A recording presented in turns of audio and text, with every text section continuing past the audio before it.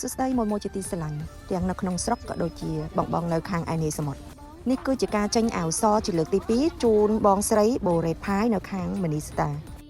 សម្រាប់បងប្អូននៅខាងមនីស្តាចាចង់បានជាមួយនឹងអាវសត្រៀមចូលក្នុងកម្មវិធីចូលឆ្នាំប្រពៃណីខ្មែរខាងមុខនេះ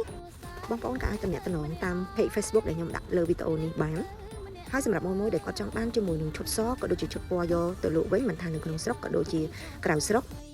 បងប្អូនក៏អាចទំនាក់ទំនងចូលឆាត Patreon ឬក៏មកដល់ហាងផ្ទាល់បានទីតាំងគឺនៅលើសាអូឡ িম্পিক ជាន់ទី2ដែលមានស្លាកលីណាទុក333អគារស៊ីធូបងប្អូនក៏អាចទំនាក់ទំនងតាមលេខទូរស័ព្ទបាន098 68 98 និង78ក្នុងឱកាសបុណ្យជាតិចូលឆ្នាំប្រពៃណីខ្មែរខាងមុខនេះហាងលីណាក៏ដូចជា Patreon សូមជូនពរបងស្រីបូរ៉េផាយនិងក្រុមគ្រួសាររកស៊ីទទួលទានមានបាននិងសុខភាពល្អសុវត្ថិភាពល្អជាពិសេសអតិថិជនកាន់តែច្រើនអរគុណបងស្រីសម្រាប់ទំនុកចិត្តខ្ពស់លើហាងលីណា